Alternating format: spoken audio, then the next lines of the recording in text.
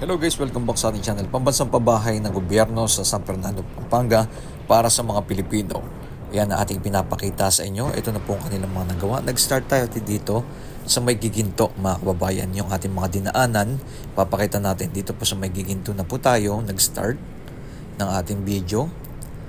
Yan.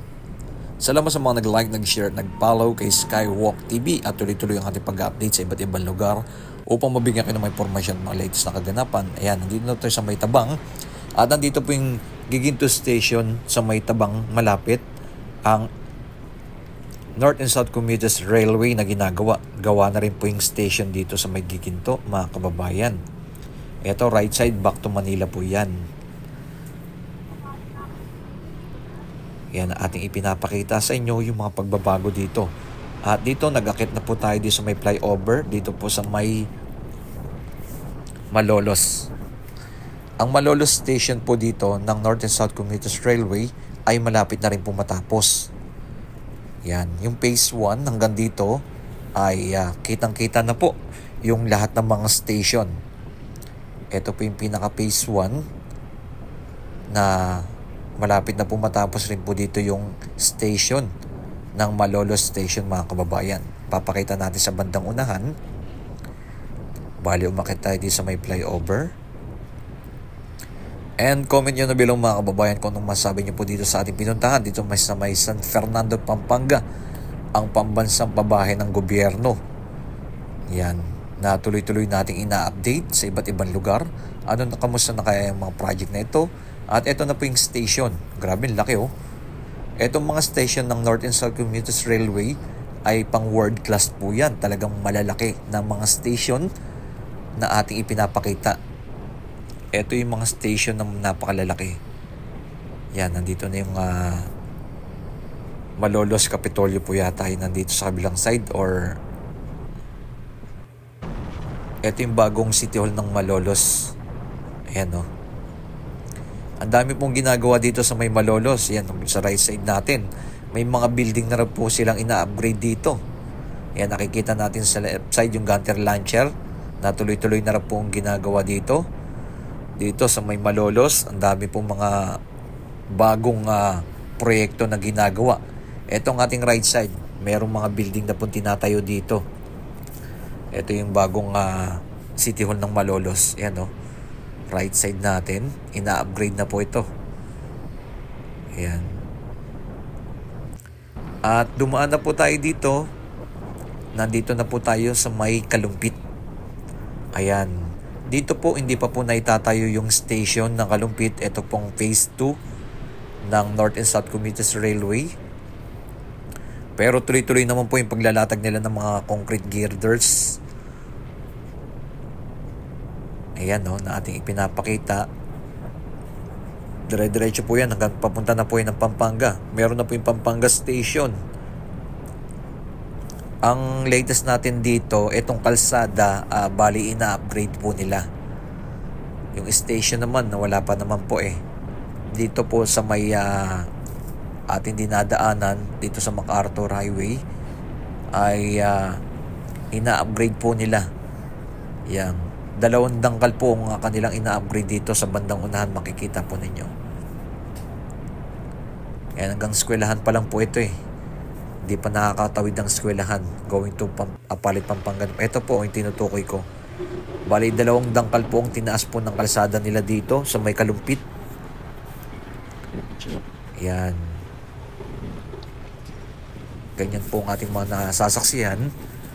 Bali, may mga lugar dito ina-upgrade na po nila yung mga kalsada papunta ng Kalumpit, Apalit, Pampanga, kasi ang lugar po ito dati binabaha po talaga, kaya kailangan taasan itong mga kalsada.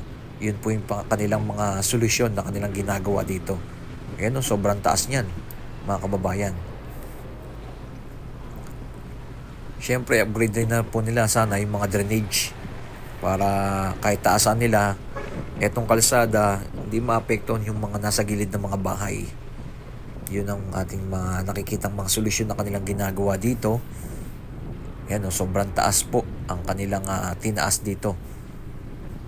Dire-diretso po yan papuntang Apalit, Pampanga. Ayan. Like and share ng ating pinaka-latest update. Nandito na tayo sa may arko ng Pampanga. Yan. Nasa arko na po tayo ng Pampanga at nasa ating left side, ito naman po yung packet ng tulay dito. Makikita nyo na po, tumawid na po mismo itong North and South Commuters Railway na ating ina-update. Isa sa ating mga ina-update yan. Nakatawid na po dito sa may tulay. Ayan, no? Parang kailan lang, no? Dati hindi pa po nila naitatawid to, pero ngayon naitawid na po nila ng diretso sa may tulay. No? Kitang-kita na po ang ebidensya na tuloy-tuloy na po ito. Ang North and South Commuters Railway mula dito sa may airport sa may Pampanga hanggang sa may Calamba, Laguna, ang Phase 1 at Phase 2 at ang Phase 3 mula Tutuban hanggang Calamba, Laguna, ang Phase 3. Yan, sa mga inaharap, i-update din po natin yan. Isa sa atin mga ina-update yung mga pagbabago po ng mga infrastructure project ng gobyerno. Yan. Tuloy-tuloy na po yan. Ang napakaganda po dito sa North and South Commuters Railway ay mga matataas po yung mga station. Ayan, nandito na po tayo mismo sa may arko na po ng San Fernando.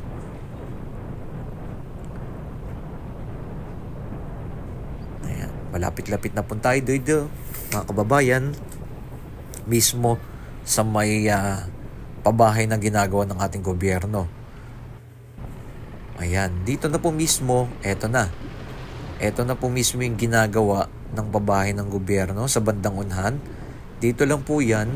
Ayan, sinum natin ang Crystal Peak Estate. Yan. At ito yung ating pinaka-drone shot, mga kababayan. Ayan, no? Ito na po yung mga nagagawa. Ito po yung umaabot ng 9.8 hectares, mga kababayan, ng pambansang pabahay ng ating gobyerno, na ito na po, nakikita na po natin yung kanilang mga ginagawa. Naka-4 na tower na po sila ang kanilang nagagawa. Ito po yung umaabot ng 27 building. Yan ang kanilang gagawin dito sa 9.8 hectares na umaabot ng 10,250 families. Pag natapos po nila yung 27 building dito, dahil napakalawak po ng lugar na to, ay ganito na po ang ating mga makikita. Eto, gawa na po to. Kita nyo yan, mga kababayan. Parang nakikita nyo mga condo unit, no, ng mga iba't ibang company, ay ganito na po ang kanilang ginagawa dito. Mas malaking maraming makatitira at yung space ay talagang kinompak talaga nila ang mangyayari. Yan, sa lahat ng mga gusto nagtatanong, no, itong mga pabahay po ng ating gobyerno, dyan lang po yan sa may NHA Quezon City. Punta lang po kayo doon at mag-fill up kayo ng form at itanong po ninyo kung ano po yung mga bakanting lugar. Dahil napakarami po ito ng pabahay ng ating gobyerno na tuloy-tuloy nating ipinapakita at ina-update sa inyo. Mula sa Quezon City, Pampanga, Palayan City, at iba't iba pa ang ating pupuntahan. Cavite, and napakarami po inyan. Kaya NHA Quezon City po ang pinaka location ng mga pabahay ng ating gobyerno. Ang napakaganda dito kasi mangyayari, kompleto na rin yan. May basketball court, tapos may eskwelahan na rin para sa ating mga bata, daycare, tapos may market na rin. Tapos meron nga po tayong nakita, no, may swimming pool na rin ang nangyayari. Asing parang talaga, subdivision talaga ang nangyayari ng na to. Yung mga condo unit talaga nakikita po ninyo, no, ng mga sikat na condo unit. Ganun na po ang kanilang ginagawa sa mga housing project. Ayan, nilapit po natin para ipakita sa inyo dahil sobrang taas po na yan.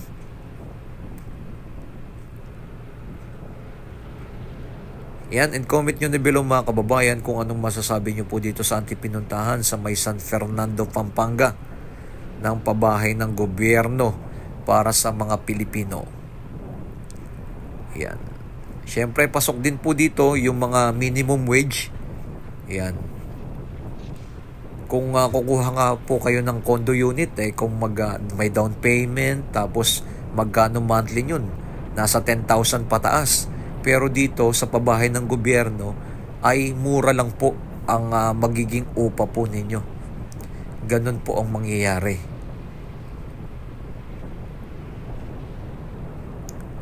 Ayan. Malawak pa po yung lupa dito. Talagang marami pa po yung pabahay na kanilang gagawin. At eto, tuloy-tuloy nating i-update upang mabigyan kayo ng mga impormasyon at mga latest na kaganapan kung kailan ito mag-o-open at pupunta natin. Nakikita nyo yung bundok Arayat. Yan. Ang ganda ng view, no? Kitang-kita na rin. At dito may mga subdivision na rin po yung lugar dito. Pero iyan, ipinapakita natin, ganito na po ang kanilang mga nagawa.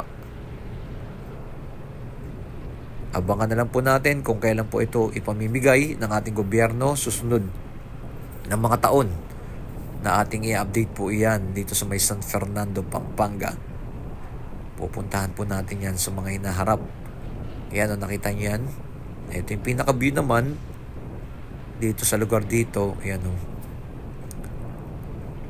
May mga ano rin dito, bahay na yan. Napakarami na rin.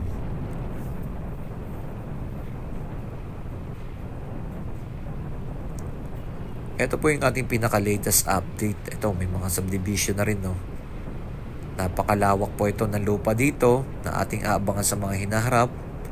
9.8 hectares.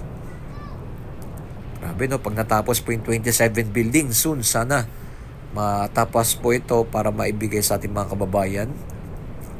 At mawala na po yung mga squatter o mabawasan yung mga squatter area, mapalitan ng mga ganitong pabahay. Keep safe palagi and God bless.